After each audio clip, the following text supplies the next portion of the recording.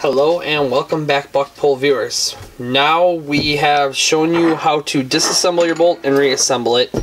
And once you've figured out how to disassemble and reassemble your bolt and you feel comfortable doing it, that's the big thing. You feel comfortable doing it. The next thing that I do is I start going to town working on the bolt. The Russians were kind of in a hurry, so let's see if I can get that into focus. Yeah, right there. Those lovely machine marks will affect how well your bolt works. I mean, that right there is your bolt face, and let's face it, that's not the prettiest face for where your lug for your bolt face locks up with your actual bolt carrier. The guide bar as well. It's something that you can see machining marks in, so it's always a good time to go through and polish those machining marks out. Any machining marks that you can get out of it, even on the back end of the bolt, getting those machining marks out, any metal contact points where they meet up, smooth as a baby's bottom is the key to having a nice operating bolt, guys. My first trick I'm going to show you works awesome for bolt, works awesome for firing pins on these things. It also works pretty darn nice if you've got a squeaky hinge in your house. I don't know if some of you guys maybe have seen this trick before, but if you have a drill, you chuck up the firing pin in the drill, or you chuck up your door hinge pin in the drill, and what you do is you take either sandpaper or you take, in my case, steel wool. I've got some pretty fine steel wool. It's not the finest steel wool, but it's pretty decent. And you fire up the drill, and as you can see, the Mosin bolt isn't, or the Mosin firing pin isn't the greatest of all grades. But you want to polish this up. The more polished this whole entire thing is, the better this will operate.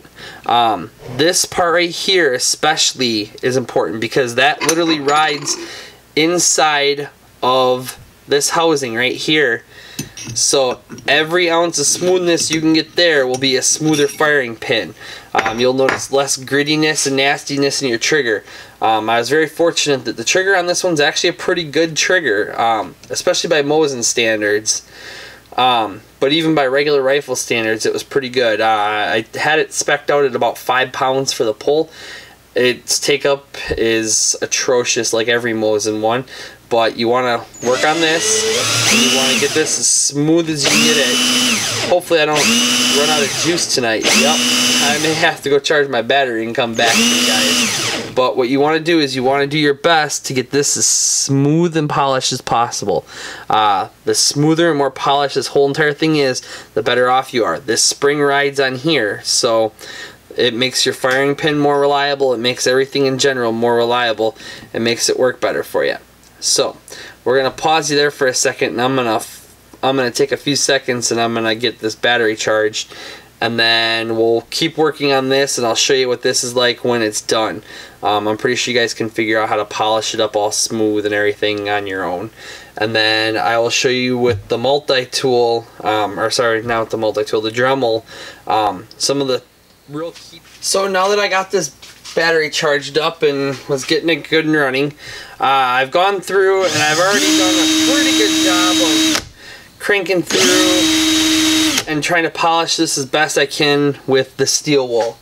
The next best thing that you can do, and I get no credit for this whatsoever, it's just easy to find at Walmart because of what it is. It's never dull. It polishes and cleans metal.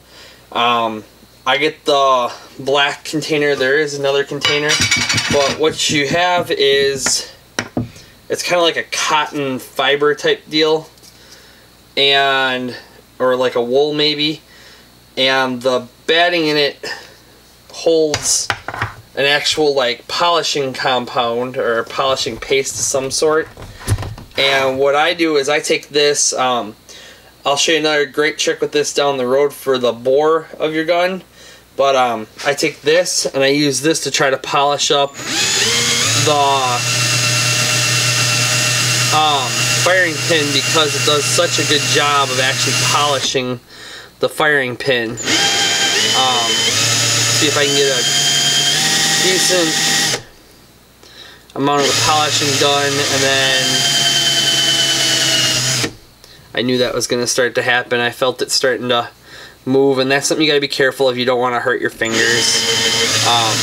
If you feel it starting to wrap up and you see it starting to wrap up, it's just easier to let it go and then start back over. Don't injure yourself, it ain't worth it.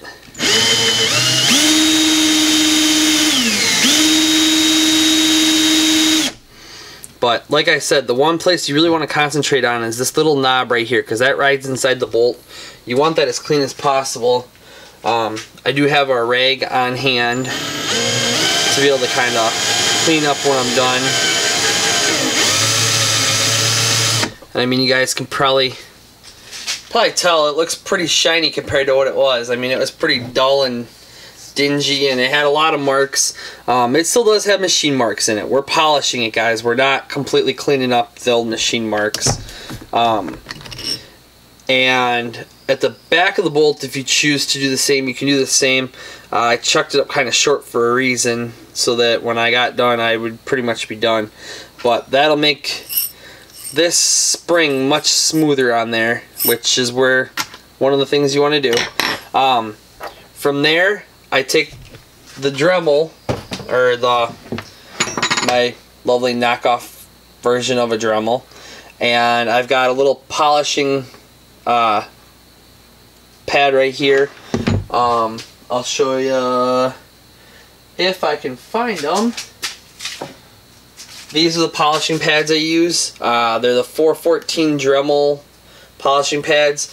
I am looking for the thinner ones again, because as you can see in here, I started polishing on this one. The bottom of it's polished up pretty nice. It rides right on this guide right here for that guide rod, remember? So you want that nice and clean. The metal around this being clean really helps with the way this slides across here. So I've gone and I've polished that up already. I've also polished the backside. Notice how there's still tooling marks in it, but the actual surface is polished. It's a lot smoother. You don't have the rough edges that you had before. There is the indent here and here, unfortunately, however, that I cannot get to on this one. So those are the places I'd recommend. If you can get inside of here, try to polish inside of here as well. These pads are just a hair too big to fit inside there. So I'm going to see what I can do. I'm going to definitely clean it out a little better with some cleaner. But definitely right through here, if you can polish that, and if you can polish this right here as well, do it. It's just one more thing that'll be polished up nice and neat, make it a lot easier to operate. I've gone ahead and I've already polished this right here. I've also polished this edge right here and this edge right here, and I've polished up as best I can where the actual bolt body and the bolt head right along these little guide plates and stuff.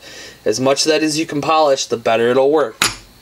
I didn't polish any of this, however, because I want to show you guys some of this. I'll try to turn you off when I start polishing, but the first thing I want to do is I want to polish this section in here as best I can, and then this face right along here as well, because this is one of the biggest friction points on the bolt, and then also this face here as well. So I'm going to go ahead, I'm going to start polishing those. I'll bring you guys back as soon as I get it polished so you can see what it looks like, but that is some of the biggest area to polish on these Mosin bolts. So we're going to go from there, and then like I said, I'll bring you back and I'll show you what it looks like when it gets polished up. Okay, I went ahead and I got that polished up, and as I'm sure you guys can see from the difference in the color, it is quite a bit better than what it used to be. You can pretty much see shiny metal everywhere as opposed to where it used to be. Running your finger over it, you can feel the difference in how smooth it is. And like I said, guys, there's still tooling marks in it, and it still has all the original metal integrity. All you're doing is you're just smoothing out the metal. You're not doing anything fancy to it. I might take this and put a little bit more paste on here and try for this area right here. Like I said, that's a key contact point. My next key contact point is going to be where this actually comes, it goes in and then it locks down. And this actually rides up against the receiver as one of the areas that is part of one of the locking lugs. So this I'm going to smooth out really, really well from the bottom here to the top, because that's one of the key ones towards the back of the actual bolt body that makes a big difference in how well it operates. So I'm going to turn around, I'm going to polish that, I'll bring it back, and I'll show you guys what that looks like. Okay guys, got that polished up pretty decent. There's a little bit down on the inside that I can't quite get to. It's just the way those drums are shaped. And I got this polished up a little bit more like I wanted.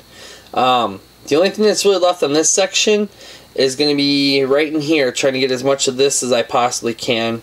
I'm going to definitely make sure this is polished as well.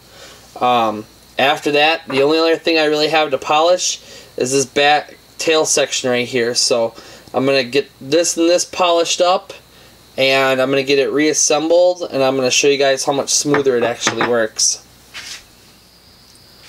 Okay, we have our bolt back together. As you can tell just from the looks, it's a whole lot shinier than it used to be. This is a completely dry bolt right now, guys. I do not have any lube on this at the moment at all. So, I mean, it's a very smooth bolt for not having any lube on it whatsoever. I'll show you guys at a later date what I use for lube for it.